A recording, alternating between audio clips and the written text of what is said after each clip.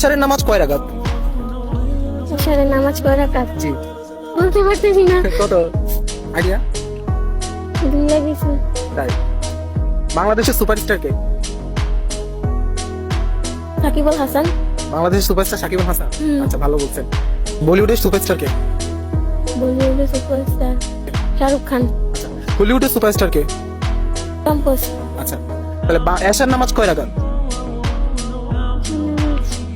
মানে বলিউড হলিউডের খবর রাখেন, এশার নামাজ কয় রাকাত সেটা জানেন না? হ্যাঁ, কেন নামাজ পড়েন না? না। কেন নামাজ পড়েন?